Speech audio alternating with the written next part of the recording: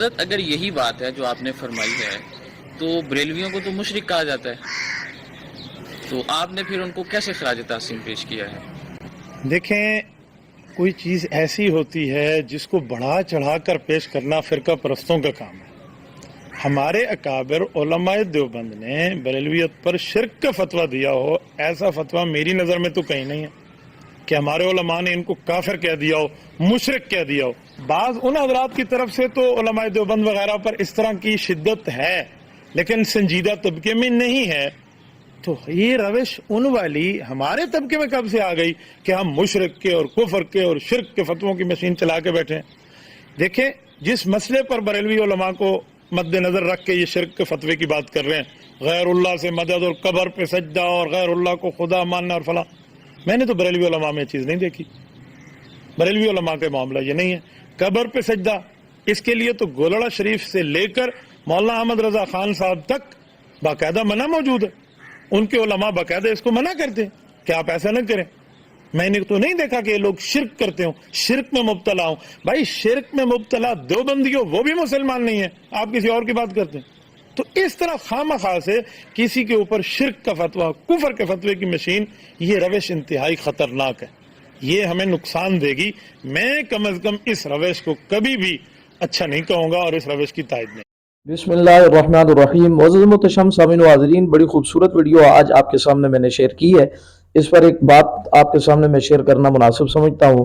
معزز سامعین، آپ نے دیکھا ہے کہ دیوبند کے ایک بہت بڑے عالم ہیں عبدالواحد قریشی صاحب، جن سے سوال ہوتا ہے دوران گفتگو کہ بریلوی جو مشرک ہیں ان کے بارے میں آپ کیا کہتے ہیں، تو انہوں نے سوال کرنے والے سائل کو صحیح بہترین طریقے سے زجر و توبیخ کے ساتھ سمجھایا اور ڈانٹا بھی، اور کہا جی آپ کو کس نے کہا ہے بریلوی مشرک ہے؟ الحمدللہ ہم اہل سنت ہیں، ہمارا یہ عقیدہ ہے کہ اللہ کریم کی توحید کے اندر بالکل کوئی فرق نہیں آنا چاہیے، رسول اللہ صلی اللہ علیہ وسلم کی رسالت پاک جو ہے اس کے اندر بھی انسان کو کمی نہیں کرنی چاہیے۔ تو شرک کے فتوے جو متعصب اور فرقہ پرست لوگوں کی طرف سے لگائے جاتے تھے، عبدالواحد قریشی صاحب نے بڑے خوبصورت انداز میں ان لوگوں کی خوب کلاس لگائی اور ایک بڑے مدلل انداز میں جو ہے انہوں نے دلیل بھی دی اور کہا جی ہم کب کہتے ہیں بریلوی مشرک ہے؟ الٹا بریلویوں کی طرف سے ہمارے اکابر پہ چند فتوے کفر کے لگے ہیں، یہ تو ان کا طریقہ ہے، وہ ہمیں گستاخ کہتے تھے، آپ نے کب سے جناب ان کو گستاخ کہنا شروع کر دیا؟ تعریف وہ ہوتی ہے وہ جو دشمن کرے۔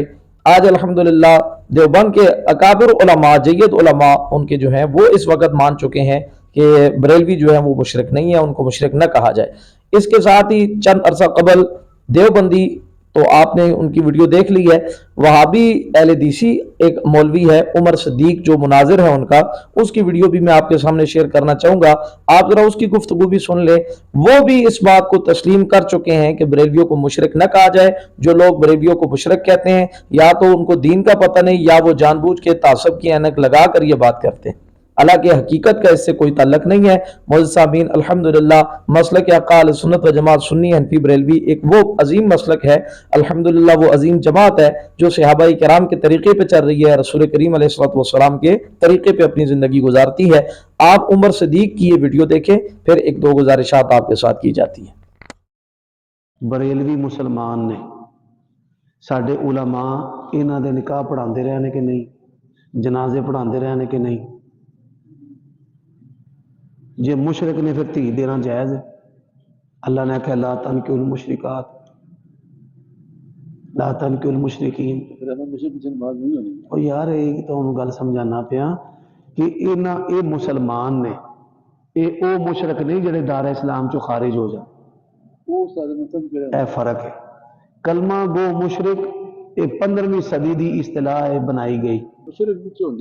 مشرک کیڑا ہے دسو نا مسلمانوں دے وچ؟ جیڑا مشکل کشا سمجھدا پیر علی اجویری علی اجویری نو مشکل کشا منن والے جڑے بریلوی نے یہ کافر نہیں، یہ مسلمان نے، ہو جائے گی۔